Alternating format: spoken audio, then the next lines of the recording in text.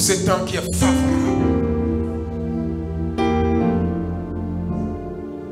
pour ces secrets.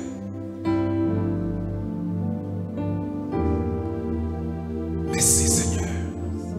Est-ce que quelqu'un peut acclamer le roi des rois? Amen. J'aimerais dire bienvenue à nous tous. Bienvenue à cette belle conférence. Et sans plus tarder, est-ce que quelqu'un peut m'aider à honorer notre papa, l'apôtre Germain Andeke, pendant qu'il s'avance?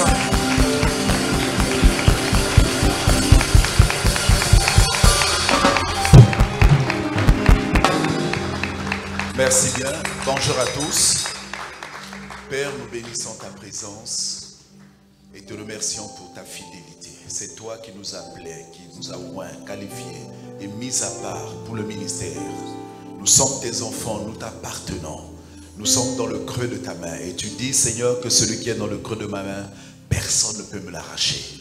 Nous te bénissons pour tout ce que tu as accompli dans chacune de nos vies. Et ce que tu as commencé, Seigneur, tu vas l'achever. Ce matin encore, nous nous soumettons à toi et à ta parole. Éclaire-nous, illumine-nous, conduis-nous, inspire-nous et parle à chacun de nous pour la gloire de ton Saint-Nom. Nous avons ainsi prié. Amen. Vous pouvez vous asseoir. Bonjour à tous. Nous bénissons la présence du Saint-Esprit ce matin. Et depuis le début de cette conférence, nous voyons la main du Seigneur. Je vous assure, la main du Seigneur est sur nous, elle est là, elle est présente, elle est manifeste. Et je dis toujours, tout dépend de ta sensibilité. C'est ça le problème. Ah ouais. Et nous avons l'Esprit de Dieu, il faut être sensible. Notre esprit doit être sensible à l'Esprit de Dieu, à sa présence. Je remercie particulièrement les serviteurs qui nous ont rejoints ce matin, qui n'étaient pas là. Soyez bénis, que le Seigneur vous bénisse. Alors, nous allons parler de le respect du sacré ce matin. Ce n'est pas une prédication, mais c'est un partage que nous allons faire avec vous. Et c'est important. Et à certains moments, je pourrais m'arrêter. Si vous avez des questions, on peut les poser parce qu'il faut qu'il y ait cette interaction entre nous et vous. Hein, je ne suis pas le seul à parler. Il y a des questions parce que c'est un domaine important, délicat. Et je crois que c'est même ça qui conditionne le reste du travail. Si le sacré n'est pas mis à l'honneur, n'est pas mis à sa place, et je crois que nos églises connaissent des problèmes, connaîtront des problèmes. Je vous propose, je demanderai à ceux qui sont au niveau de la projection de suivre un peu rapidement. Donc le respect du sacré. Alors vous savez, quand on parle du sacré, certains trouvent que ça fait vieux jeu. Absolument pas. En lisant toute la parole de Dieu, de Genèse à Apocalypse, il n'est question que du sacré. Parce que Dieu est saint. Ah, Dieu est saint. Et il n'a pas changé. Et je crois qu'il faudrait que nous gardions cet aspect-là. Je vous propose un premier texte dans Matthieu chapitre 7, au verset 6. Premier texte. Il dit ceci: ne donnez pas les choses saintes aux chiens. C'est le Seigneur qui parle ainsi. Et ne jetez pas vos perles devant les pourceaux, de peur qu'ils les foulent. Je reprends. Ne donnez pas les choses saintes aux chiens et ne jetez pas vos perles devant les pourceaux, de peur qu'ils les foulent aux pieds, ne se retournent et ne vous déchirent. Alors ça c'est la version seconde. On peut lire cela aussi dans la version courante, français courant. Il est dit ceci: ne donnez pas ce qui est saint aux chiens, de peur qu'ils ne se retournent contre vous et ne vous déchirent. Ne jetez pas vos perles devant les porcs, de peur qu'ils ne les piétinent. Alors je propose un deuxième texte dans Ézéchiel, chapitre 22, verset 26. On a lu un texte dans la Nouvelle Alliance. On va lire un texte dans l'Ancien Testament. Parce que souvent dans notre esprit, nous croyons que le sacré ne concerne que l'Ancienne Alliance. Non. Ézéchiel 22, 26, il dit: ces sacrificateurs violent ma loi et profanent mes sanctuaires. Ils ne distinguent pas ce qui est saint de ce qui est profane. Ils ne font pas connaître la différence entre ce qui est impur et ce qui est pur. Ils détournent les yeux de mes sabbats et je suis profané au milieu d'eux. C'est Dieu qui parle ainsi. Dans la version français courant, il dit: leurs prêtres violent mes lois et ne respectent pas les lieux qui me sont consacrés. Ils confondent sacré et profane. Ils n'enseignent pas aux gens la distinction, écoute bien, entre pur et impur. Et ils ignorent volontairement le jour du sabbat. Au milieu d'eux, je suis exposé au mépris. Amen. Donc ce passage qu'on a lu, le premier de Matthieu chapitre 7, c'est à la fois une mise en garde. C'est le Seigneur qui fait une mise en garde. C'est une mise en garde, en même temps un enseignement aussi, et aussi une révélation de notre Seigneur Jésus-Christ. Il le faisait à ses disciples, et je crois que cela nous concerne aussi aujourd'hui. Parce que la parole n'a pas changé. C'est toujours la même parole, elle s'adresse à nous. Donc c'est une mise en garde, un enseignement et aussi une révélation à ses disciples et à nous aujourd'hui. C'est très, très important. C'est une mise en garde. C'est un enseignement, en même temps une révélation, parce que nous apprenons. Et dans ce passage qu'on a lu dans Matthieu, on nous parle des choses saintes, des perles et des pourceaux. Alors, les choses saintes se rapporte au sacré divin. Quand on parle des choses saintes, ça c'est le sacré divin. Et le sacré divin fait référence à tout ce qui appartient à Dieu. Tout ce qui est digne d'un respect absolu. Absolu, j'articule bien mes mots. Tout ce qui est digne d'un respect absolu et qui inspire la crainte et respect, par opposition au profane. Parce qu'il y a ce qui est saint et il y a ce qui est profane. Il y a ce qui est pur et ce qui est impur. Il y a comme deux camps. Donc, le sacré inspire la crainte, le respect. Crainte et respect. Parce que le profane n'inspire pas la crainte. Dans le monde profane, on peut faire tout ce qu'on veut. Mais alors que dans le sacré, nous avons la crainte. Et dans ce monde dans lequel nous vivons sur la terre, des hommes, il y a trois choses. Il y a les choses saintes ou le sacré divin. Ça, c'est ce que nous sommes en train de voir. Il y a les choses profanes.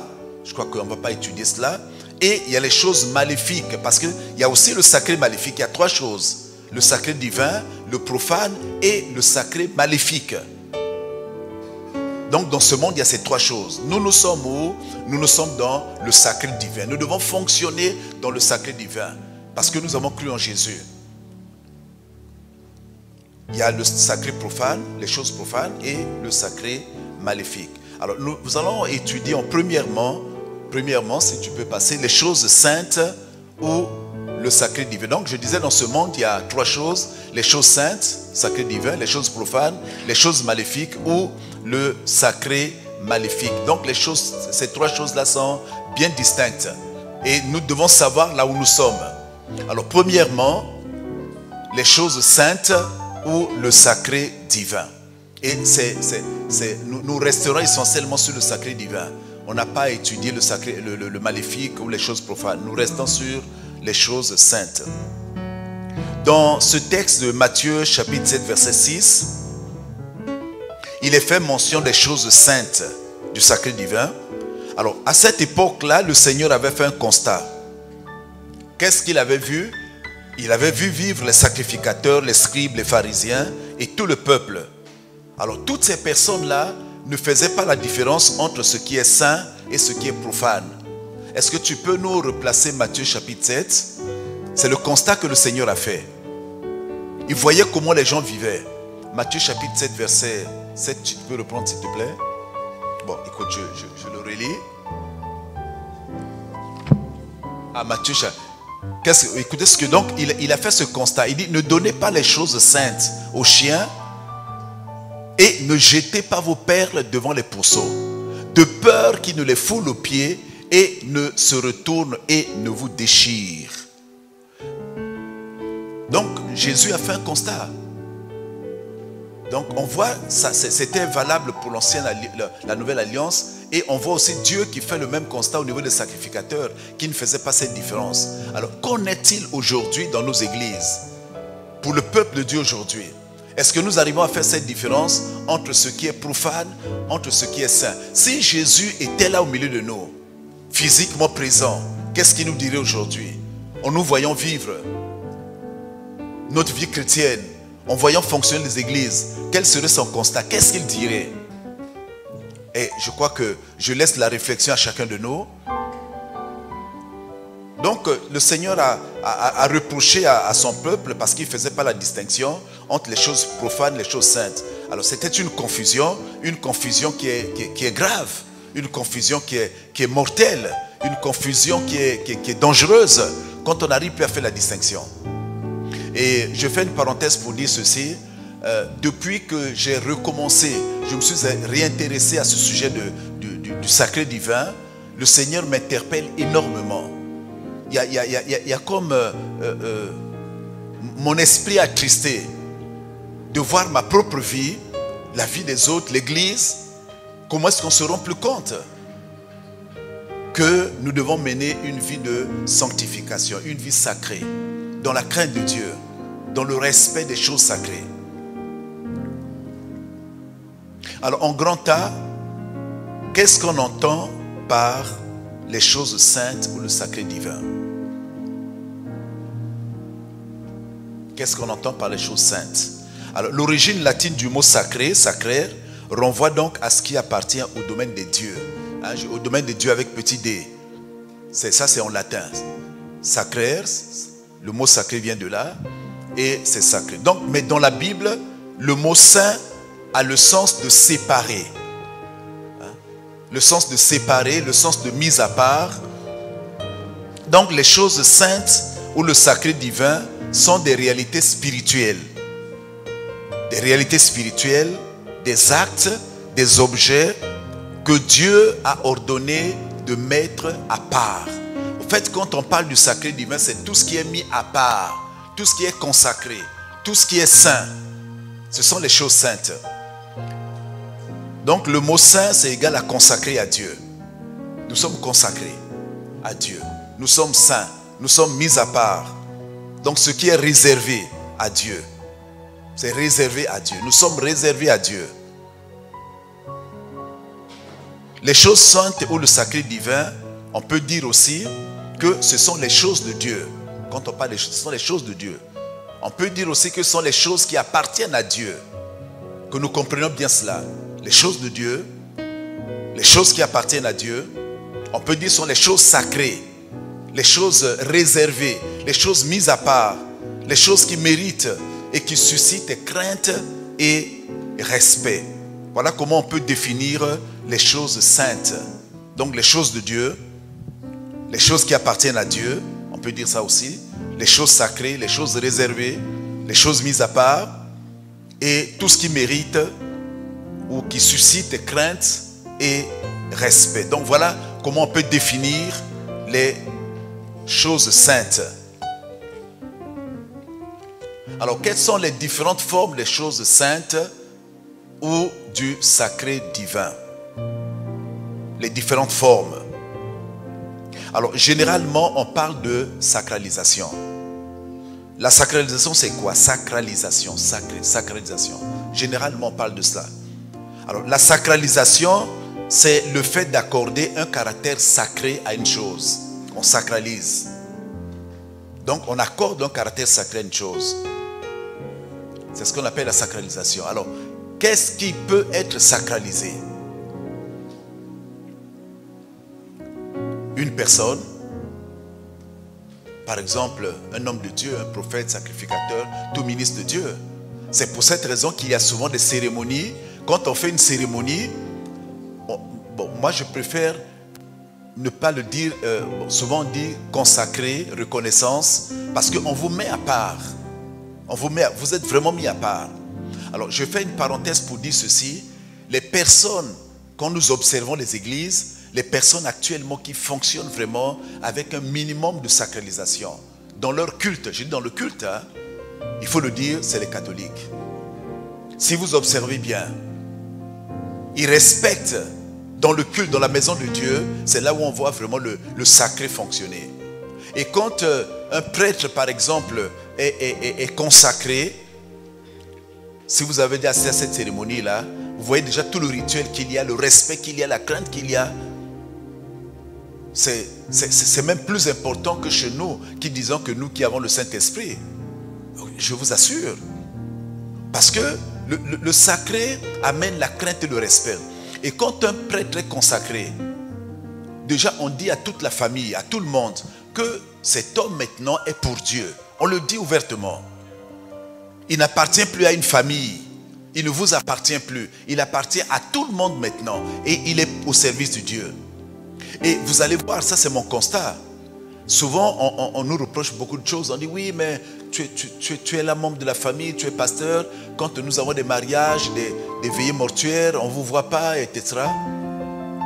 Mais vous ne verrez jamais un prêtre aller dans une veillée. Même un mariage, c'est rare. Il peut passer une fois, il passe. Mais parce qu'il sait qu'il est sacré. Dans son esprit, il sait ça. Qu'il est mis à part. Qu'il ne peut plus aller n'importe où. Parce que c'est une personne mise à part.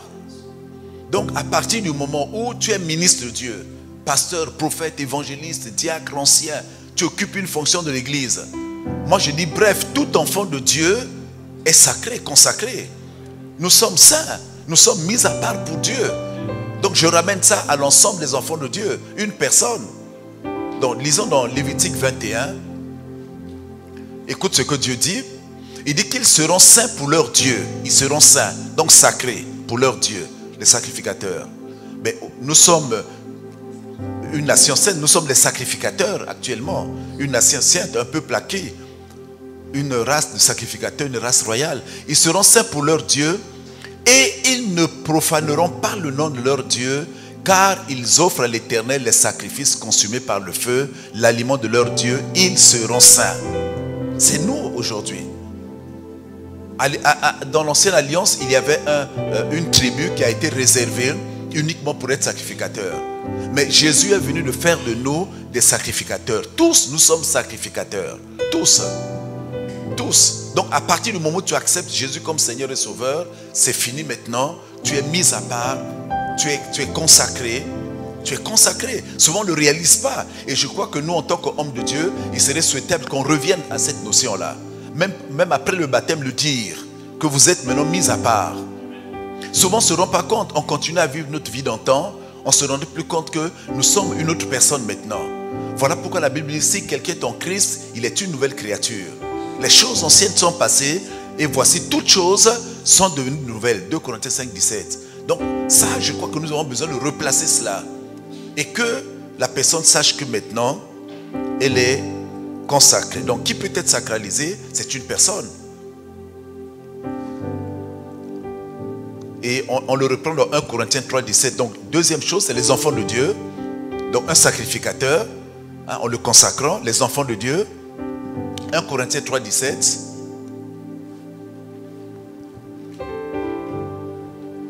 Donc, un enfant de Dieu, les enfants de Dieu.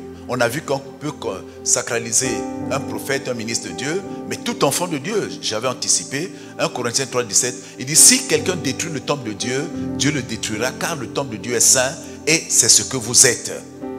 Donc, il faut déjà savoir que nous sommes saints, nous sommes consacrés, nous sommes saints. Et je crois qu'à partir du moment où j'avais compris cela, ma crainte de Dieu s'est accrue. Je fais plus les choses par rapport aux hommes, mais c'est par rapport à Dieu.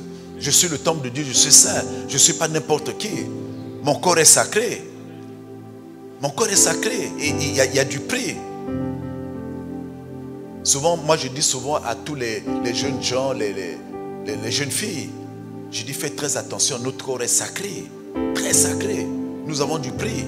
Nous avons de la valeur aux yeux de Dieu. Même si les hommes ne nous considèrent pas, mais aux yeux de Dieu, nous avons de la valeur. Ah oui, et il faut donner la valeur à ton corps, à ta personne, il faut donner la valeur. Tu as du prix. Tu as du prix. Donc si quelqu'un détruit le temple de Dieu, Dieu le détruira. Car le temple de Dieu est saint.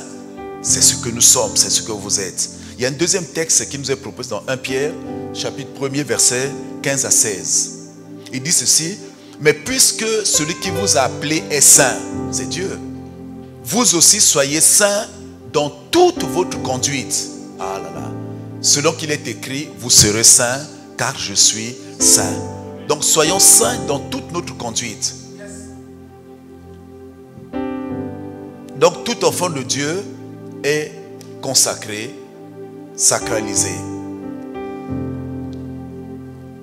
Alors donc, on peut sacraliser un ministère, un enfant de Dieu, toute personne, nous sommes sacrés, nous sommes saints. Et on peut aussi sacraliser un lieu. Dans Exode, oui, les lieux, tu remets les lieux. Oui, bien sûr. Exode chapitre 3, verset 6. On peut sacraliser les lieux. Exode chapitre 3, verset 5. Dieu dit: n'approche pas d'ici, ôte tes souliers de tes pieds, car le lieu sur lequel tu te tiens est une terre sainte. On peut rendre un lieu saint. Même un lieu qui a été souillé, profané, on peut le rendre saint. Vous voyez, on ne sait pas ce qui se passait avant dans cette salle-là, dans laquelle nous sommes. Mais ce lieu est devenu un lieu consacré, un lieu sacré. Donc on peut sacraliser une maison, on peut sacraliser un lieu de culte ou une maison de prière. C'est pour cette raison que chaque fois que vous occupez un lieu, il faut le consacrer au Seigneur. Nous allons voir la suite après. Comment peut se faire une cérémonie de sacralisation. C'est très important. Très très important. Donc nous considérons que ce lieu est un lieu sacré. Ce lieu-là, là où nous trouvons. Le lieu de prière est un lieu sacré. Ta maison, tu peux considérer ça comme un lieu sacré. Consacré à Dieu. Et j'ai vu beaucoup de personnes, avant d'occuper une maison, appellent les hommes de Dieu, disent: venez prier pour la maison. Mais quand on vient prier pour la maison, c'est pour consacrer, rendre cette maison-là sacrée. On ne peut pas faire ce qui est profane dans cette maison-là. On ne peut pas. Donc la maison est consacrée. Donc il y a un lieu, les lieux. Donc on peut sacraliser aussi des objets. Des objets, comme on voit les objets, ou on peut sacraliser aussi un jour.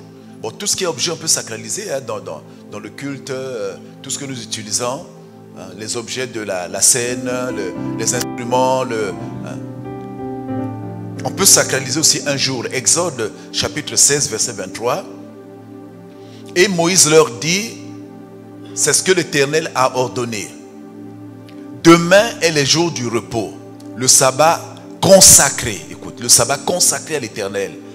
Faites cuire ce que vous avez à faire cuire. Faites bouillir ce que vous avez à faire bouillir. Et mettez en réserve jusqu'au matin tout ce qui restera. Alors, donc, le sabbat a été un jour qui a été choisi par Dieu pour son peuple. Maintenant, il revient à chaque congrégation de regarder quel est le jour qu'il convient. Les premiers chrétiens avaient adopté le jour de dimanche suite à la résurrection du Seigneur. Et nous voyons que les adventistes, ils ont consacré le jour de samedi. Certains le samedi ne prient pas, les adventistes. Et nous, c'est le dimanche. Et le peuple d'Israël, jusqu'à aujourd'hui, les Juifs continuent à ne pas prier le samedi, c'est un jour consacré pour eux. Donc on peut choisir un jour. En réalité, le dimanche pour nous, même pour nous les chrétiens, il devrait rester un jour consacré. Moi je me souviens au début de ma conversion, dans les assemblées de Dieu, toute la journée du dimanche était la journée consacrée à Dieu. Le matin on venait au culte, de 10h à 12h, on faisait une pause, et 15h on faisait un autre culte d'évangélisation. Donc de 15h jusqu'à 17h. Donc toute la journée.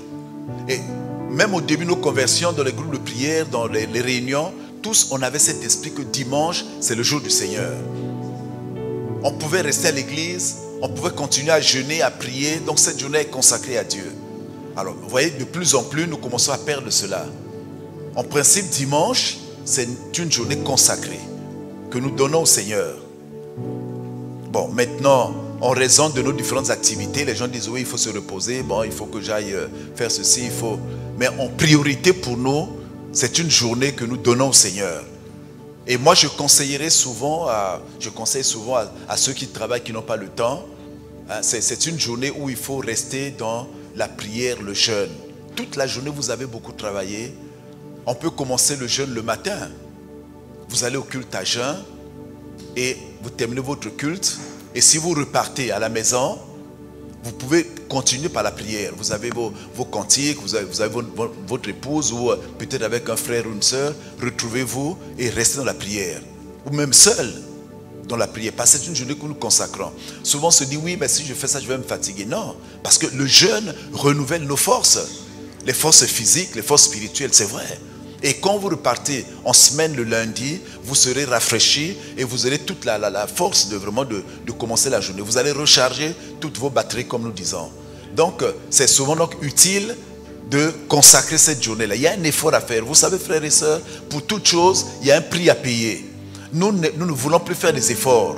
Si nous voulons grandir, pendant plusieurs années, nous avions fait cela. Plusieurs années. Nous avions observé la journée du dimanche comme était une journée consacrée, où nous jeûnions. Ça a pris du temps. Tous les dimanches, on jeûnait. Donc on commençait et on mangeait juste le soir, 17h, 18h, on prenait un repas et on se couchait. Le lundi, on reprenait le travail. Et quand vous voyez bien nos cultes, souvent nos cultes sont très rapides. On regarde le temps. On commence à 10h, on finit à 12h. Hein? Et quand le pasteur commence à déborder un tout petit peu, tout le monde regarde l'heure. Hein? On regarde l'heure, on regarde le pasteur pour qu'il sache que tu as regardé l'heure. Il est temps maintenant, il va cesser. C'est vrai, il y a les métros qu'il fallait prendre, il y a le train, il y a les rendez-vous, etc. Mais il faudrait que nous puissions nous mettre d'accord que le dimanche, c'est le jour du Seigneur. Parce que plus le culte, on reste longtemps dans la présence de Dieu, ça c'est par mon expérience, plus Dieu commence à se manifester. Ah oui, vous allez voir, plus on reste longtemps. Vous savez, on doit prendre tout le temps d'expliquer certaines choses et tout le temps pour la prière. C'est pas mécanique la vie spirituelle. Pour dire on vient, on prêche, on commence à prier. Non, il faut prendre du temps, que les cœurs soient préparés. On est devant la face de Dieu. Plus nous restons dans la présence de Dieu, plus il va commencer maintenant à se manifester. Donc nos cultes le dimanche peuvent durer 3 heures, 4 heures, 5 heures. On est devant la face du Seigneur. On l'a consacré au Seigneur. Bon, maintenant celui qui est fatigué peut faire un petit tour, il revient. Ouais, on ne devait pas s'ennuyer. Ça ne devait pas être un problème. Bon, celui qui est occupé, exceptionnellement peut partir, mais il laisse les autres continuer. On est là, on prend tout le temps dans la prière. Amen. Donc on peut sacraliser aussi une réunion telle que le culte. Il est sacré. Frères et sœurs, le culte est sacré. Hein? On se rend même plus compte que le culte est sacré. Mais regardez comment fonctionne nos cultes. Nous ne sommes pas dans un marché. Nous ne sommes pas dans un mariage. Ça m'arrive toujours, même dans ma propre église, quelquefois j'ai envie de dire, mais toi qu'est-ce que tu fais là? Hein? Le culte, c'est un lieu sacré. C'est un moment sacré. Donc, on doit savoir quand on est là, on n'a pas à se promener n'importe comment. Il y a des gens qui passent devant vous, qui viennent parler à l'oreille de quelqu'un d'autre. L'autre regarde, on est où? C'est pas un mariage. Même quand on filme, on fait les photos, on fait très attention. Parce qu'on sait que nous sommes dans la présence du Seigneur. Tout cela doit se faire discrètement. On devrait même à peine savoir qu'on a pris une photo. Qu'on est en train de faire certaines choses. C'est sacré. Parce que la présence de Dieu est là. Voyez-vous?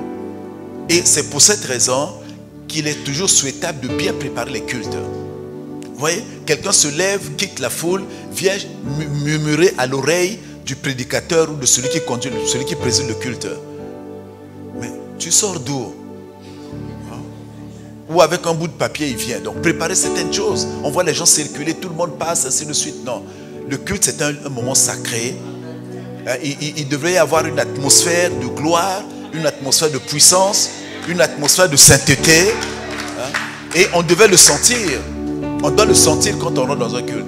Et moi, vous me pardonnerez, je reviens toujours à mes débuts de conversion. Je vous assure, quand on rentrait à l'église pendant le culte, mais vous trembliez. Vous sentez la présence de Dieu. Et on entrait dans un culte. Au début, on voyait tout le monde à genoux ou assis en train de prier. Le culte n'a pas commencé, mais tout le monde était en prière. Mais regardez un peu l'image chez nous actuellement. Quand les cultes commencent, tout le monde est devant son portable. Il regarde Facebook, WhatsApp et tout ce qu'il y a. Mais tu es dans un lieu sacré. Et dans ces images-là, souvent c'est parfois des mauvaises images qui passent, mais tu es dans un lieu sacré. Tu pollues tes yeux, tout ce que tu vois et tout ce que tu entends parce que tu as tes écouteurs. Donc avant d'entrer dans la présence du Seigneur, tu es pollué. Et c'est pour cette raison qu'on a du mal, même pendant le culte, à démarrer, à entrer dans la présence de Dieu, à recevoir la bénédiction. L'onction est là, je vous assure, l'onction est là. Mais les gens ont du mal à entrer là-dedans. Beaucoup de mal. Donc le culte, c'est un lieu sacré. Et ce qui est sacré aussi, c'est tel que le repas. Voilà pourquoi on dit Sainte et Saine, le repas du Seigneur est sacré. Et le Seigneur nous donne beaucoup d'avertissements. Lisons dans 1 Corinthiens chapitre 11, 25 à 30. Il dit de même, après avoir soupé, il prit la coupe et dit, cette coupe est la nouvelle alliance en mon sang. Faites ceci en mémoire de moi toutes les fois que vous en boirez. Continue. Car toutes les fois que vous mangez ce pain et que vous buvez cette coupe, vous annoncez la mort du Seigneur jusqu'à ce qu'il vienne. Verset 27. C'est pourquoi celui qui mangera le pain ou boira la coupe du Seigneur indignement sera coupable envers le corps et le sang du Seigneur. Que chacun donc s'éprouve soi-même et qu'ainsi il mange du pain et boive de la coupe. Car celui qui mange et boit sans discerner le corps du Seigneur mange et boit un jugement contre lui-même. Verset 30. C'est pour cela qu'il y a parmi vous beaucoup d'infirmes et de malades et qu'un grand nombre sont morts. Vous voyez l'avertissement du Seigneur. Donc la scène, souvent on dit sainte et saine, mais c'est la scène. On dit sainte parce que c'est consacré. On répète parce que pour rappeler aux gens que c'est saint. Ne le prenons pas d'une manière indigne. Et le Seigneur donne un avertissement. Il dit celui qui le prend indignement, voilà ce qui va lui arriver. Voilà pourquoi parmi vous, il y a beaucoup d'infirmes et de malades. Parce qu'on l'a pris indignement. On ne sait pas là où tu as été le samedi. Peut-être dans une boîte de nuit ou en mauvaise compagnie. Et le dimanche, comme la coupe passe, tu dis, bon, moi aussi je vais prendre. Parce que si tu ne prends pas, le frère qui est à côté de toi, mais pourquoi tu n'as pas pris? Donc moi je suis obligé de prendre. Je prends le pain, la coupe, mais sans se préparer. En principe, même le repas du Seigneur, on se prépare toute la semaine. Ah oui, on s'humilie, on prépare son cœur. On demande pardon à Dieu, on regarde sa vie. Parce qu'en prenant le pain et le vin, on se souvient de la mort du Seigneur sur la croix. Et nous voyons tous les bénéfices que nous apporte le pain et le vin. Tous les bénéfices au niveau du corps. Et ça fait que nous sommes en communion avec le Seigneur. Ça montre que nous sommes en communion les uns avec les autres. Ça annonce aussi le retour du Seigneur. Donc c'est un symbole important. Tu ne peux pas comme ça prendre, tu dis écoute, je vais manger. Donc on s'attire beaucoup de malédictions. Donc c'est saint, c'est sacré. Autant ne pas le prendre, sans priver. Autant ne pas le prendre. Mais souvent les gens le font pour ne pas être suspectés. Dire ah mais si je ne prends pas, on va me regarder. Moi souvent je dis aux gens, ne forcez pas les gens. Quelquefois, bon, mais le plateau passe dans la salle et on arrive au niveau de la louange. Bon, mais les gens sont, laissez celui qui veut, la personne avancera si elle est prête. Laissez les gens. Et ce qui est même souhaitable en principe, la bonne manière, c'est de permettre que les gens puissent avancer. C'est mieux parce que quand vous passez dans les rangs, la personne est obligée de piocher. Il prend son bout de pain, il prend son bon, il ne sait pas, son crainte de Dieu. Mais si vous avancez, la personne peut se retenir là. Moi, je ne vais pas. Et les personnes qui sont vraiment préparées viendront. Donc la scène, on dit sainte scène, c'est sacré. Alors on peut aussi sacraliser les paroles. Romains 7, 12, les paroles aussi sont sacrées. Ah oui. La loi donc est sainte. C'est vrai, la loi est sainte. Et le commandement est saint, juste et bon. La loi est sainte. Et le commandement est juste et bon. Donc, c'est sacré. la parole. Il y a des engagements aussi sacrés. Il n'y a pas que les paroles, les engagements. Proverbe chapitre 20, verset 25. Écoutez, c'est un piège pour l'homme que de prendre à la légère un engagement sacré. Et de ne réfléchir qu'après avoir fait un vœu. Si tu as fait un engagement, ouais, souvent au début de l'année, j'entends beaucoup de personnes dire, bon, cette année-ci, vraiment je veux m'engager, je veux servir Dieu. C'est un engagement. Mais ne le prends pas à la légère. Parce que tu veux t'engager à servir Dieu, mais Dieu est saint. Donc l'engagement que tu as fait, il faut vraiment réaliser que tu as pris une décision très importante. Il y a d'autres personnes qui prennent l'engagement et disent, bon écoute, moi je vais donner telle somme. On fait un appel, il prend l'engagement de donner telle somme, mais il ne le donne pas. Tu as pris l'engagement de donner ta dîme tous les mois et pendant 1 an, mais tu ne le fais pas. C'est un engagement sacré. C'est sacré la dîme. Ah, personne dit amen là. C'est sacré. Souvent nous rompons nos engagements. Nous n'arrivons pas à concrétiser nos engagements. C'est sacré. Tout ce qui est dans la maison de Dieu est sacré, frères et sœurs. Il faudrait que nous puissions revenir à ces fondamentaux là. C'est important. Le sacré commence à partir du moment où on donne son cœur au Seigneur. C'est fini maintenant. On est saint. Parce que le Saint-Esprit maintenant vient habiter en nous. On est une nouvelle personne. Tout commence par là. Et chers collègues, la responsabilité aussi nous revient d'inculquer ça au peuple de Dieu maintenant. Et ça c'est très important. Donc les engagements. Si tu prends un engagement, il faut honorer ton engagement. Ton engagement. Donc on peut sacraliser plusieurs choses. Parce que la sacralisation c'est la culture de Dieu. Hein? Dieu est saint. C'est sa culture. Donc dans le sacerdoce, il y a lieu de sacraliser toute chose. Toute chose. Toute chose est sacralisée. Toute chose est sainte. La sonorisation, les micros, l'estrade, là où nous sommes, surtout l'estrade. Tout est saint. Tout est saint. Les chaises, là où nous sommes assis, c'est saint. La maison de Dieu. Donc, si nous avons compris cela, vous allez voir que nous vivrons dans une atmosphère de puissance, de guérison, Donc c'est la culture de Dieu. Et même dans nos vies quotidiennes, il est important de sacraliser toutes choses. Même dans la vie quotidienne. On peut sacraliser une maison, je l'ai dit tout à l'heure, un appartement, parce qu'on ne sait pas qui l'a occupé avant.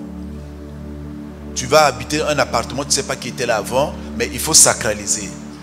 Amener un homme de Dieu, on va le voir tout à l'heure, qui va pour prier pour la maison. Parce qu'il y a des esprits aussi qui vivent dans les maisons. Ce qui avait fait notre conversion, au fait c'était ça. Nous sommes allés, mon épouse et moi, à cette époque-là, on était encore fiancés. Bon, on ne connaissait pas le Seigneur.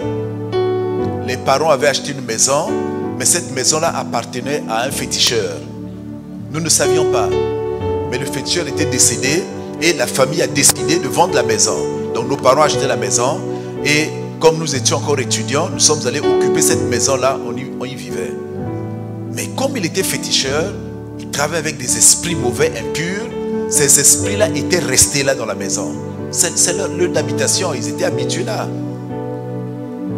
Parce que les esprits aiment bien les corps, ils aiment bien aussi les maisons. Ils étaient là. Et quand nous sommes allés, on était maintenant dérangés par les mauvais esprits. On ne dormait pas la nuit.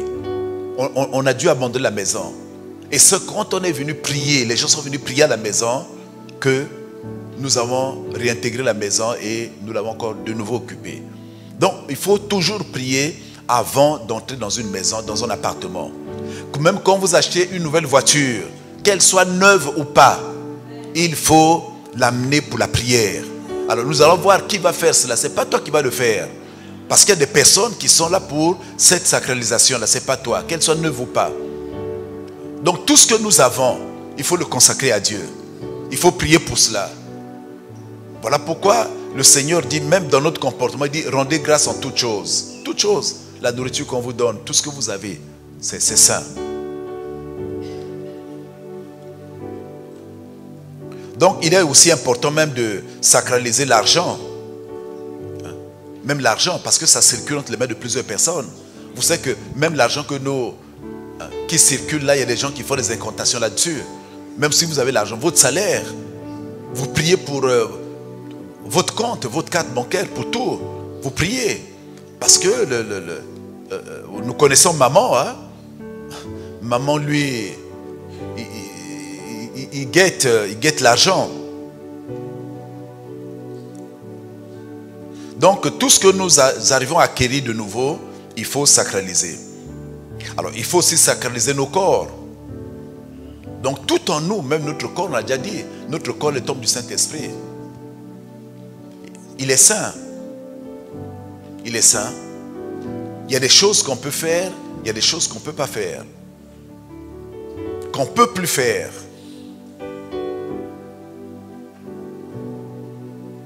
Il y a des lieux où on ne peut plus aller.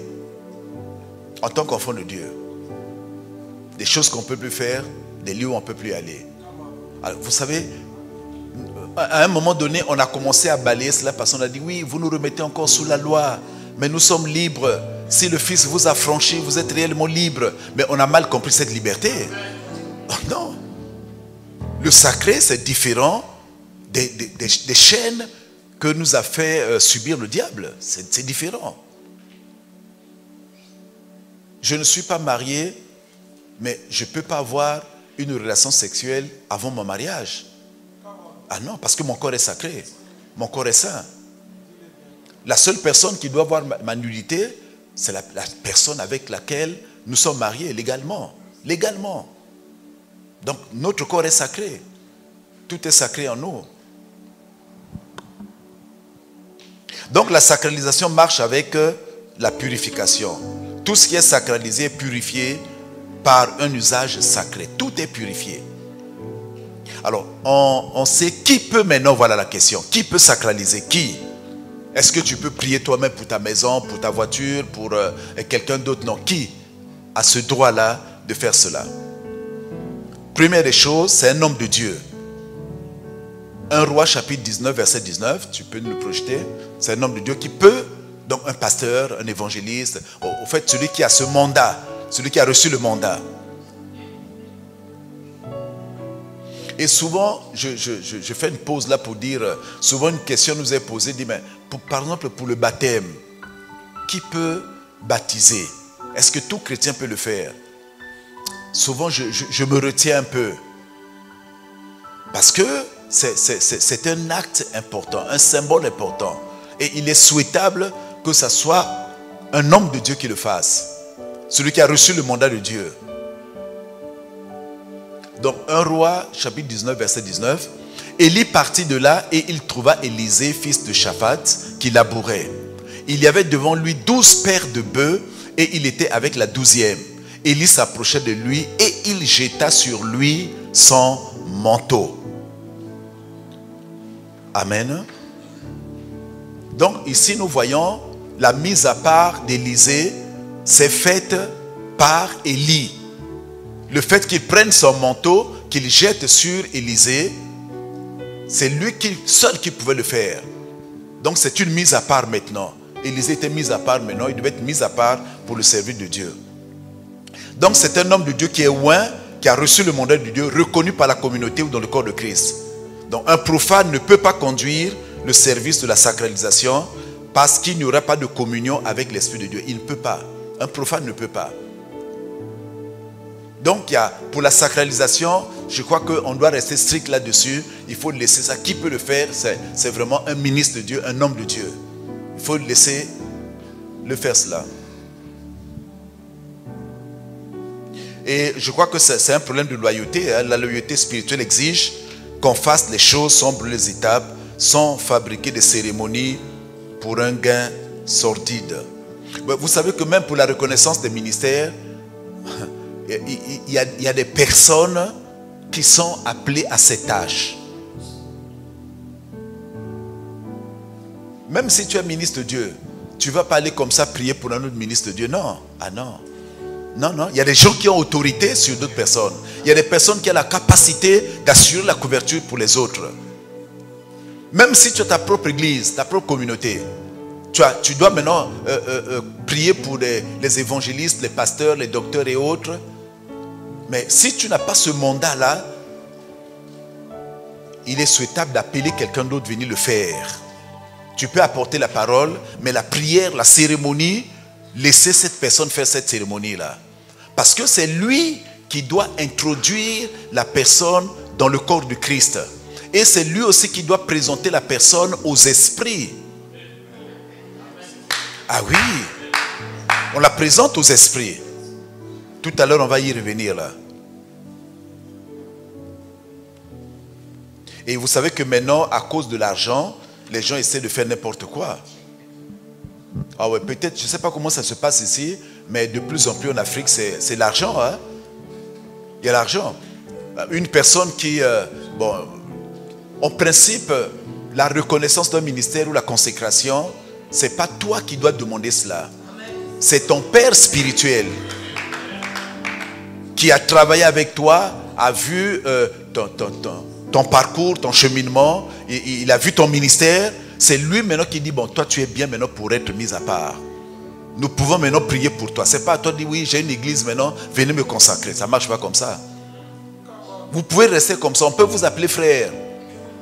Et vous savez que dans ce domaine, de prier pour les gens, parce qu'on doit prier par rapport à un ministère donné. Si tu es pasteur, on doit te reconnaître comme pasteur. Si tu es apôtre, on te reconnaît comme apôtre. Parce que nous avons souvent donné des manteaux aux gens, mais qui ne correspondent pas. Ce n'est pas sa taille. Ce n'est pas sa taille. Voilà, si David a pu remporter le combat, mais c'est parce qu'il est resté avec son manteau. Il a travaillé avec son onction. Mais toi, tu es pasteur, on va te consacrer comme évangéliste. Ou tu es pasteur, on te consacre comme apôtre. Ça va poser des problèmes. Quand Saül a pris son manteau, son armure, il a donné à David. David a essayé, ce n'était pas sa taille. Il a dit non. Il est resté avec ce qu'il avait. Donc son onction. Laissons les gens, chacun dans son onction. Il ne faut pas mettre quelqu'un un fardeau qui soit plus lourd que lui. Quelquefois, je vois des gens travailler. Quand je l'écoute, je vois travailler, je dis, mais lui là, mais pour qu'il est apôtre, c'est un évangéliste. Vous savez, à un moment donné, à une certaine époque, maintenant c'est bishop, hein? À une certaine époque, c'était apôtre. Tout le monde était apôtre. Maintenant, tout le monde est bishop ou évêque. Vous n'avez pas remarqué ça? Mais à un moment, c'était apôtre. Parce que il y a les 5 ministères. La Bible disait que Dieu a établi premièrement des apôtres. Ensuite, les prophètes, les évangélistes, les pasteurs, les docteurs. Premièrement. Donc le premièrement là, les personnes qui lisent de travers la Bible, s'il te plaît, tu peux baisser un tout petit peu, ouais, pour ne pas que je crie. Hein. Donc quand il lisait premièrement, il pensait que, ah bon, donc je suis le premier. Non, le premièrement c'est par rapport à la fonction. C'est la fonction. Tous les ministères sont complémentaires. C'est par rapport à la fonction, c'est le ministère apostolique que lui, il vient poser la base. Parce que l'église est bâtie sur le fondement des apôtres et des prophètes. Même pour une église, si vous l'avez, vous avez toujours besoin de faire recours à un ministère apostolique. Son regard est très important.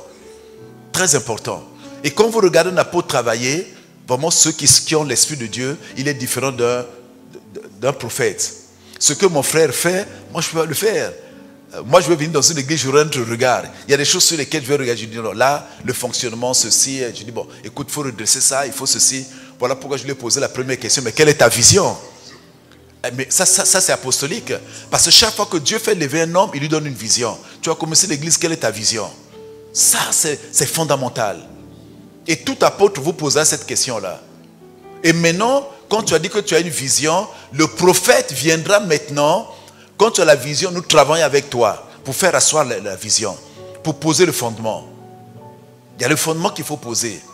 Comment tu conduis les enseignements, comment est la vie de l'esprit, comment les choses se passent dans tous les détails. Maintenant, le prophète viendra voir si vous êtes sûr, c'est lui. Voilà pourquoi c'est ça son doigt, c'est ça le prophète. Il vient regarder est-ce que vous êtes sur la bonne ligne. Et l'évangéliste viendra après maintenant pour amener les âmes, et ainsi de suite. Donc, on ne consacre pas pour un gain. Hein? Et les gens disent, oui, bon, ben, venez. Et la personne viendra consacrer sans savoir qui il est. Tu organises ta consécration, tu te donnes un titre. Il y a des gens qui se donnent un titre. Et tu donnes simplement l'argent à la personne qui vient. Lui, c'est l'argent, hein, pour un gain. Mais on oublie que c'est sacré. Frère, ce que je vous dis là est fondamental, peut-être que vous ne réalisez pas. Ici, vous êtes tranquille, mais nous en Afrique, maintenant, c'est quelque chose qui commence pour l'argent. Mais il y a des personnes, même, il y a des pères même qui demandent, bon, je vais te consacrer, tu me donnes combien? Mais ce n'est pas une question d'argent. Ce que tu as à cœur, fais-le. Que tu le donnes ou pas, fais-le. Fais-le. Parce que c'est sacré. Donc, vous voyez comment on désacralise certaines activités. On croit que ça devient amusement, comme on dit. Donc, la sacralisation, c'est une opération qui peut se faire plusieurs fois, selon les objectifs de Dieu ou selon les besoins du service. Ça peut faire plusieurs fois.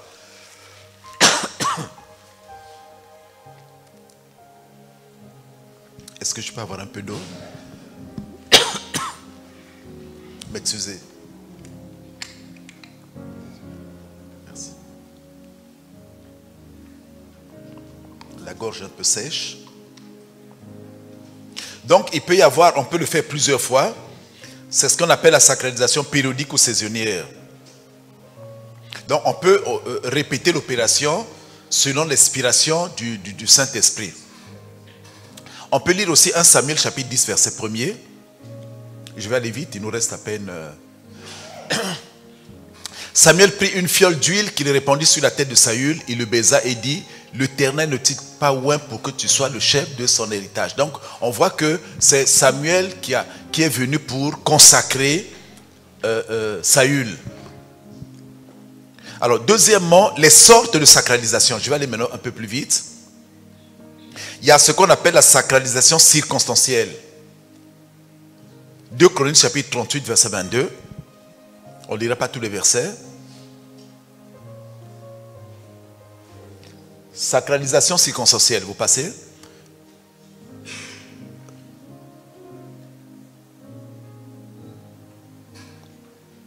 Vous revenez un tout petit peu. Non, vous êtes allé trop loin. Ok. 2 Chroniques chapitre 38, verset 22. Ah, il n'a pas été dit. Est-ce que quelqu'un peut le lire? Sinon, ça me perd. 2 Chroniques 38, verset 22. Quelqu'un peut le lire avec nous, si vous l'avez? Bon, il faut que je prenne mes lunettes. Celui qui l'a trouvé peut le lire, comme ça on va aller un peu vite. 2 Chroniques chapitre 38, verset 22. Ok. Quelqu'un lit? Avec le micro. Donc c'est circonstanciel. C'est pour une circonstance donnée ou limitée. 2 Chroniques chapitre 38 verset 22. Il y a aussi, vous notez simplement Esdras chapitre 1er verset 1er. 2 Chroniques 38. Oh, pardon, donc là, bon, prenez Esdras. Donc là, on a dû faire, je n'ai pas revérifié mes notes. Esdras chapitre 1er, verset 1er.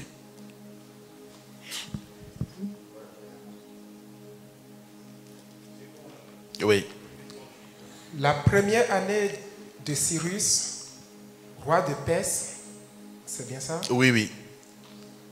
Afin que s'accomplisse la parole de l'Éternel prononcée par la bouche de Jérémie, l'Éternel réveilla l'esprit de Cyrus, roi de Perse, qui fit faire de vive voix et par écrit cette publication dans tout son royaume. Ainsi parle Cyrus, roi de Perse. L'Éternel, le Dieu des cieux, m'a donné tous les royaumes de la terre et il m'a commandé de lui bâtir une maison à Jérusalem. Ok, vous pourrez lire la suite, on va rapidement. Donc on dit qu'il y a une sacralisation circonstancielle, c'est pour un temps. Et nous voyons comment Cyrus a été sacré, consacré pour un temps. Comment Dieu l'a choisi pour un temps. Donc il y a des choses que Dieu peut faire d'une manière circonstancielle, pour un temps simplement. Et il lui a donné cette responsabilité-là de bâtir même le temple. Vous savez que le temple est sacré. Alors il y a une sacralisation aussi, qui est souveraine. Acte chapitre 10, versets 9 à 16. Acte 10. Tu peux rester debout, parce que comme ça on va aller vite. Acte 10, versets 9 à 16. Acte 10, elle est souveraine. Le lendemain, comme ils étaient en route et qu'ils s'approchaient de la ville, Pierre monta sur le toit vers la 6e heure pour prier. Il eut faim et il voulut manger. Pendant qu'on lui préparait à manger, il tomba en extase. Il vit le ciel ouvert et un objet semblable à une grande nappe attachée par les 4 coins qui descendait et s'abaissa vers la terre, et où se trouvaient tous les quadrupèdes et les reptiles de la terre et les oiseaux du ciel. Et une voix lui dit, lève-toi, Pierre, tue et mange. Mais Pierre dit, non, Seigneur, je n'ai jamais rien mangé de souillé ni d'impur. Et pour la seconde fois, la voix se fit encore entendre à lui. Ce que Dieu a déclaré pur, ne le regarde pas comme souillé. Cela arriva jusqu'à 3 fois, et aussitôt après, l'objet fut retiré dans le ciel. Ok, on peut s'arrêter là. Donc c'est souverain, c'est Dieu qui décide et qui change des choses. Donc Dieu est souverain et personne ne peut changer sa décision. Donc ce qui était considéré comme impur, lui, il dit non, je le considère comme impur. Donc c'est pour un temps, mais il est souverain, c'est Dieu qui décide. Et nous voyons aussi le cas de Rahab. Dieu a sacralisé Rahab qui était une prostituée. Il l'a rendue sainte. Et Jésus est issu, quand on remonte la généalogie, est issu aussi de la postérité de Rahab, on retrouve là-dedans. Donc le voleur sur la croix aussi a été sacralisé. Parce que Jésus lui a dit, aujourd'hui tu seras avec moi dans le paradis. À l'instant même, à l'instant. Donc ça c'est Dieu qui décide, il est souverain.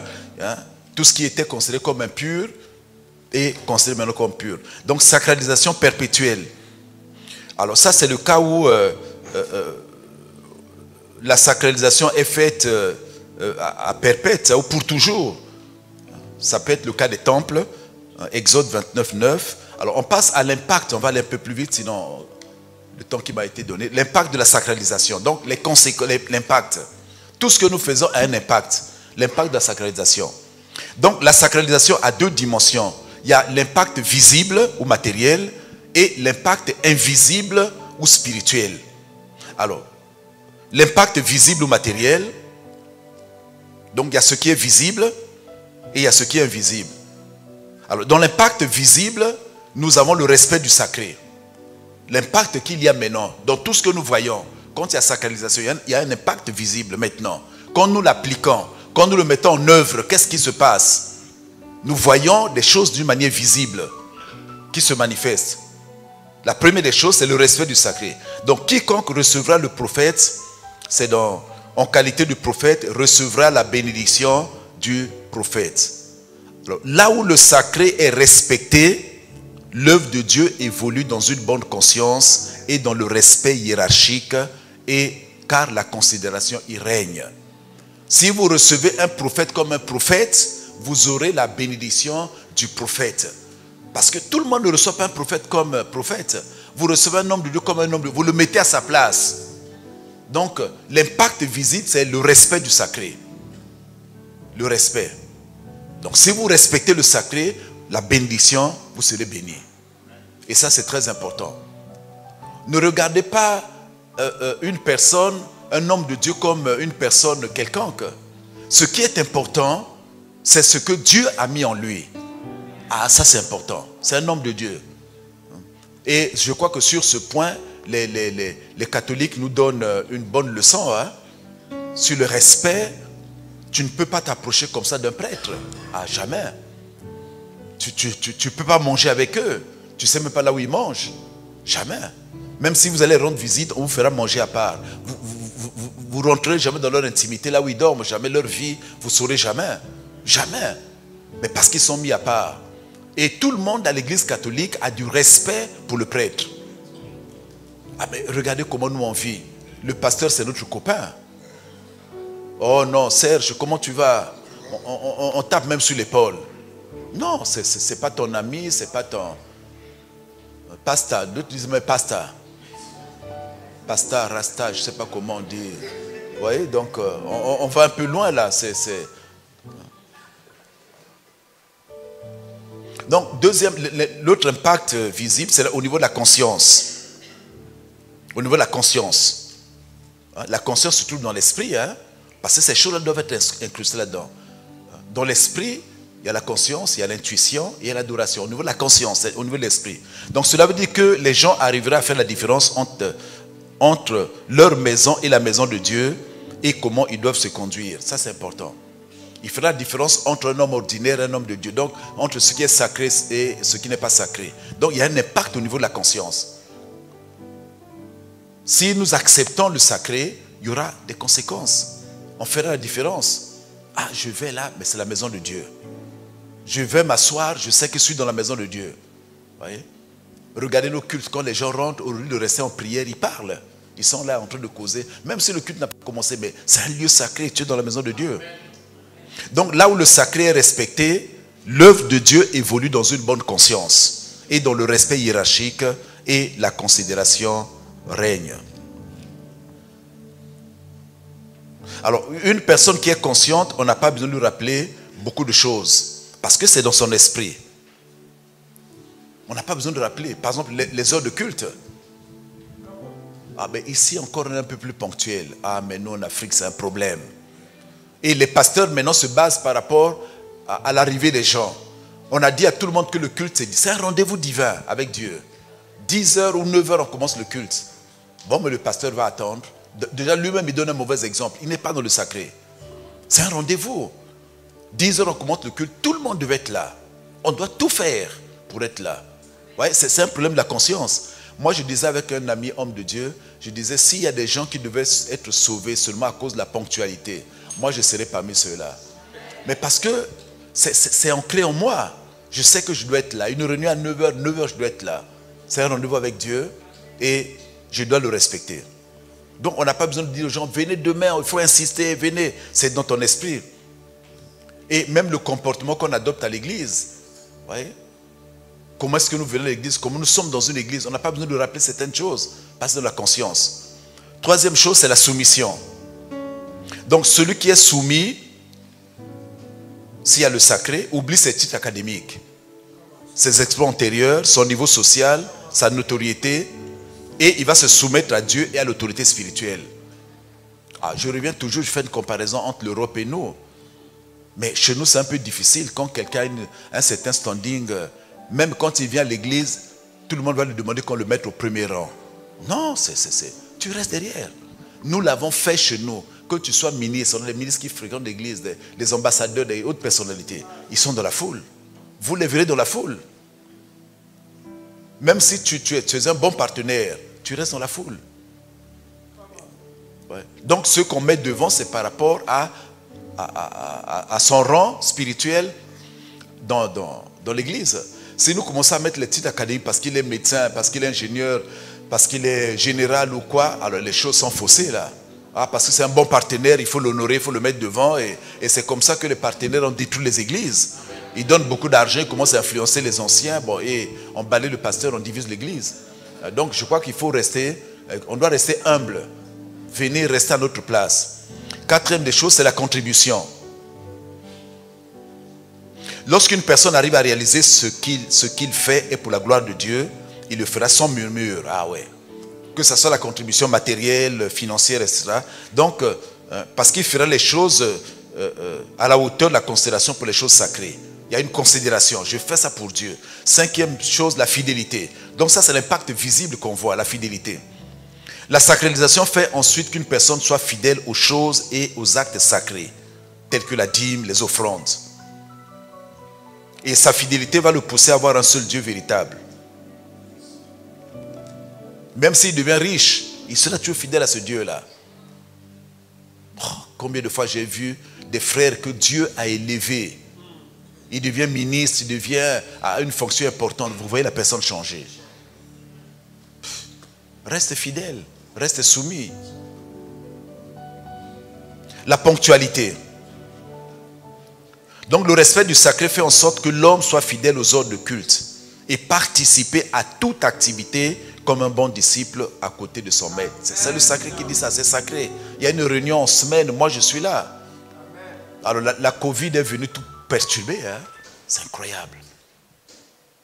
Maintenant avec les, comment on appelle ça, tout ce qui est en ligne, bon c'est bien, mais la communion fraternelle en présentiel c'est vraiment important. Parce qu'il n'y a pas la même onction. Vous savez, vous pouvez venir dans une réunion comme celle-là, rien qu'on rentre dans la salle, vous êtes guéri. Ah oui, vous êtes guéri. Mais chez vous, dans votre chambre, vous êtes là, sous votre couette, vous suivez le... C'est pas la même chose. Il y a beaucoup de personnes, avant leur élévation, témoignent de la fidélité, la ponctualité à l'endroit des choses sacrées. Mais une fois que le Seigneur les a élevés, c'est fini maintenant. Donc, la ponctualité... Vous allez voir que même quand les autorités viennent dans certains milieux, chez les catholiques, chez les musulmans, les choses sont ponctuelles, ils respectent. Mais chez nous, déjà nous ne sommes pas respectueux des choses sacrées. L'histoire du Saint-Esprit, là, que tout le monde a le Saint-Esprit, là, c'est mauvais. Hein? On dit, ah, moi aussi j'ai le Saint-Esprit. Non, on a tous le Saint-Esprit, mais on n'a pas les mêmes positions. Hein? Donc, il est vraiment temps que l'Église puisse appesantir sur les enseignements relatifs à la sacralisation. Alors, l'impact invisible, je vais rapidement, ou spirituel. Alors, le respect du sacré est comme un sceau, un code. Cela veut dire que le monde spirituel reconnaît son impact. Ah oui, le monde spirituel reconnaît. Certains esprits se mobilisent lorsqu'une personne sacrée fait un travail. Ah oui, ils sont actifs, les démons sont actifs. Donc, dans l'écriture, les démons ont reconnu Christ et Paul, mais ils n'ont pas reconnu les 7 fils de Sheva. Ah ouais? Voilà pourquoi quand on prie publiquement pour une personne, on la présente aux esprits. Les esprits ont dit, mais nous connaissons Paul, nous connaissons Christ, mais toi on ne te connaît pas. Vous, on ne vous connaît pas. Donc la sacralisation est comme une mise à part. Alors, premièrement, la sacralisation nous donne accès aux choses spirituelles. Ah oui. Uza n'était pas sacralisé pour toucher l'arche. C'est pour cela qu'il a été frappé par les chérubins qui veillaient sur l'arche. Parce que les chérubins ne le connaissaient pas. Lorsqu'on sacralise, on présente la personne aux esprits. Alors, deuxièmement, la sacralisation purifie. Donc, on a accès aux choses spirituelles. Tout le monde ne doit pas faire n'importe quoi. Même le repas du Seigneur, aller partager la Sainte Seine, ce n'est pas n'importe qui. Ah oui, il faut qu'on ait du respect. On doit savoir qui doit participer aux tables, qui doit distribuer le pain, le vin. La sacralisation purifie. Alors, lorsque Nombre 8, 6, vous lirez ça, hein, il dit, prends les Lévites du milieu des enfants d'Israël et purifie-les.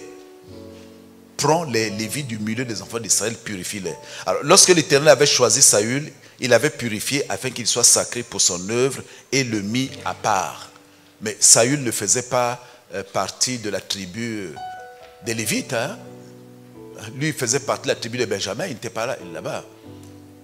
Donc, mais il a été mis à part. Il a été mis à part simplement. Bon, l'influence spirituelle. La sacralisation attire la présence de Dieu. Ah oui.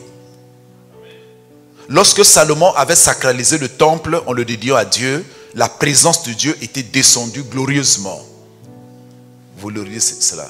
Partout où l'on sacralise, il y a toujours la présence glorieuse de Dieu. Et Jésus avait dit, l'Esprit du Seigneur est sur moi parce qu'il m'a oint. Donc, si nous marchons dans le sacré, la présence de Dieu est là. Elle est là. Quatrièmement, la sacralisation change d'identité. Comme Luz a été changé en Bethel, et Saul devient Paul, Abraham, dans l'Écriture, nous voyons que Dieu a changé l'identité de plusieurs personnes en les sacralisant. En les sacralisant. Cinquièmement, la sacralisation rend quelque chose prêt pour l'usage. Ouais, l'Éternel a utilisé puissamment Paul après la sacralisation. C'est Dieu qui prend l'homme dans la poussière et il l'élève, il le lave, il loin, il le purifie pour des grandes choses. Dès qu'on est sacralisé. Petit c, le niveau de la sacralisation. Il y a des niveaux. C'est ce que je disais tout à l'heure. On a tous le Saint-Esprit, mais on n'est pas au même niveau.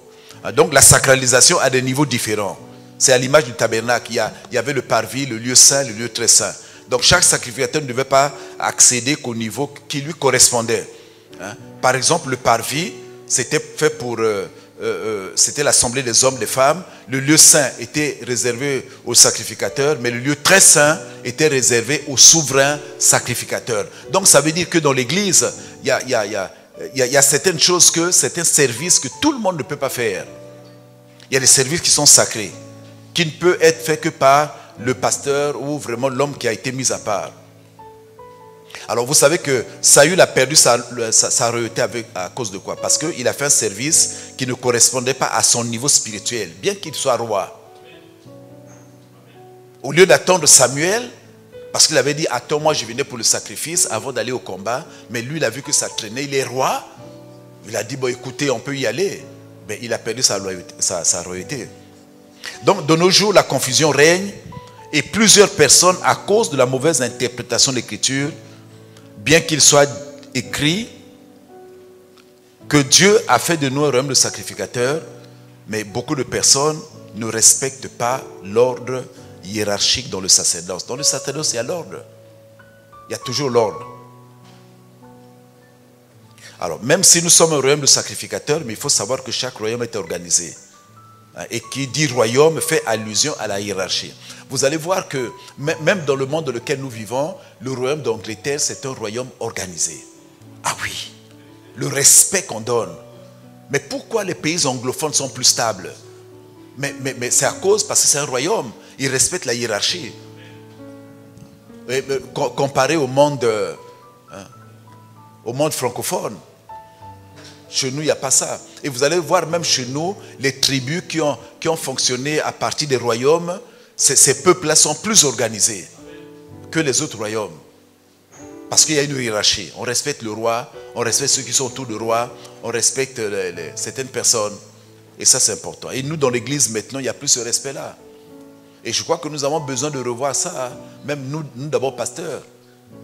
D'abord qu'on se respecte, qu'on prenne conscience que je ne suis plus n'importe qui. Dans ce que je dis, ce que je fais, mes attitudes, mes comportements, tout le monde regarde. Et ensuite, maintenant, ceux qui sont autour de moi doivent donner la valeur aux choses sacrées. Ça, c'est très important. Et toute l'église, maintenant, doit le faire. Parce que dans le royaume, tout le monde n'a pas le même niveau. Et même à l'époque des apôtres, qui étaient avec Jésus, tout le monde n'était pas au même niveau. Jésus était souvent avec Pierre et Jean.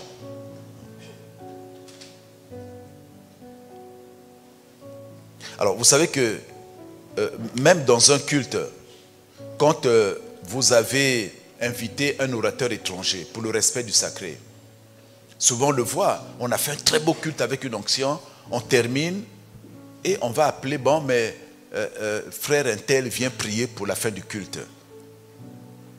Mais le niveau, il n'est pas au niveau où il doit prier pour bénir le peuple qui doit repartir. Non. À la limite, laissez la personne qui a prêché, qui a l'onction pour cela, terminer le culte. Mais une personne comme ça, on ne sait pas, bon, mais pasteur vient, non. Donc, et souvent, bon, sœur Intel vient pour clôturer, frère Intel vient pour clôturer le culte. Alors ça, j'ai vu, même pour la prière pour les malades. Nous avons un témoignage où un pasteur, à la fin du culte, il a dit, bon, mais venez, on va s'imposer les mains les uns aux autres. Mais il y a une sœur qui a reçu des esprits, sa vie a été perturbée à partir de ça. Mais oui, parce que les esprits ne te connaissent pas. Ce qui est en toi va passer dans la vie d'une autre personne. Donc ne laissez jamais faire certaines choses. Même après un service d'offrande, tu ne vas pas demander à un chrétien de frère, viens prier pour les offrandes. Non, avant ou après, non. Il y a des choses qui ne sont faites que par les ministres de Dieu. Vous les laissez faire. Vous pouvez dire, oui, mais il fait tout seul. Mais oui, c'est lui qui est consacré, il est appelé pour cela. Laissez-le faire. Donc si vous demandez à une personne qui n'a pas été consacrée de venir le faire, vous allez commencer à amener du trouble. Et donc tout le monde ne peut pas faire toutes sortes de prières. Hein? Tout le monde ne peut pas. C'est ceux qui ont reçu l'onction, qui ont reçu cette capacité-là qui peuvent le faire. Même pour la prière, prière d'ouverture, prière finale, prière de ceci, non. Il y a des choses, remettons les choses un peu à la place. Bon, maintenant on va terminer par les conséquences de la désacralisation. La désacralisation, c'est le fait d'enlever le caractère sacré à une chose. C'est ce que nous sommes en train de vivre maintenant. Tout est désacralisé. Cela peut être par mégarde. C'est lorsque certaines personnes mal intentionnées veuillent souiller le temple en le profanant, comme à l'époque d'Ézéchiel. Ouais, si vous lisez d'Ézéchiel, vous allez voir cela. Donc par mégarde, on peut... Je crois que ce qui se passe chez nous, c'est aussi par mégarde. On a désacralisé. Tout est là... on fait tout comme le lieu de culte ressemble maintenant à une boîte de nuit. Ah oui. Quand vous regardez, ou un marché. Les gens arrivent, parlent, bavardent, se tapotent. Par mégarde ou par ignorance. Certaines désacralisations ont été faites par ignorance. Donc ce n'est pas bon que celui qui dirige l'œuvre soit ignorant. Parce que, étant ignorant, il va faire pécher la multitude.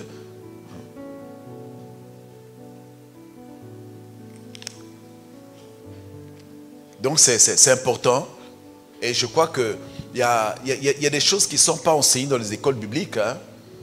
Vous voyez, le Saint-Esprit m'amène maintenant à créer des écoles de ministère. Moi, je n'ai plus le temps à prêcher. Ah non, il ne faut plus m'appeler pour prêcher. Ouais. Pour ce genre de partage, oui. Là, je suis en train de... J'ai cet enseignement sur le respect du sacré. Je prépare les enseignements sur l'éthique ministérielle. Je prépare les enseignements sur la paternité. Sur vraiment des choses pour les personnes qui sont dans le ministère, qui n'ont pas appris dans une école biblique. Parce qu'on n'apprend pas tout dans une école biblique.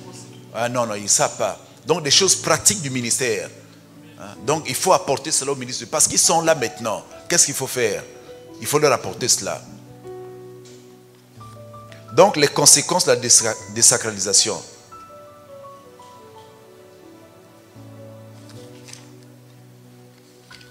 Grand A, conséquence. La première, elle éloigne la présence de Dieu. Ah ouais. Parce qu'il y a du désordre. On ne respecte pas le sacré. Donc, chaque fois que Israël péchait, la présence de Dieu s'éloignait d'eux et ils perdaient la guerre. Alors donc, non seulement que ça éloigne la présence de Dieu, mais ça attire aussi la malédiction. Plusieurs amertumes s'abattaient sur Israël quand ils étaient dans la désacralisation. Celle-ci était une porte ouverte à la maladie. Quand vous lisez la Bible, hein, Dieu envoyait maintenant toutes les maladies. Et les conséquences, ça détruit le respect hiérarchique. Ça détruit le respect.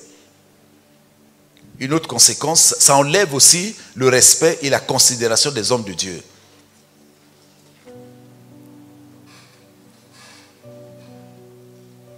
Ça amène aussi une vie sans discipline et sans loi.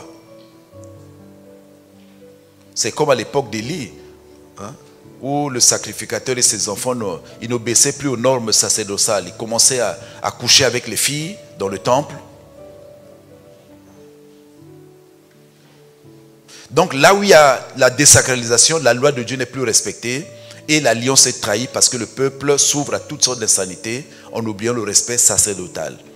La désacralisation fait en sorte que l'Église devienne la proie du diable. Lorsqu'on est désacralisé, on reste sans protection et le diable profite pour détruire. Donc plusieurs personnes s'exposent aux attaques de l'ennemi à cause de la désacralisation. La désacralisation fait en sorte que la gloire soit bannie et que la ruine s'installe. La gloire apporte la brillance, la richesse et la beauté. Mais la désacralisation amène la mort, la pauvreté, la ruine. Alors, comment la désacralisation arrive-t-elle? Je vais rapidement. Elle arrive par la profanation. Lorsqu'on manque de respect, elle arrive comme cela.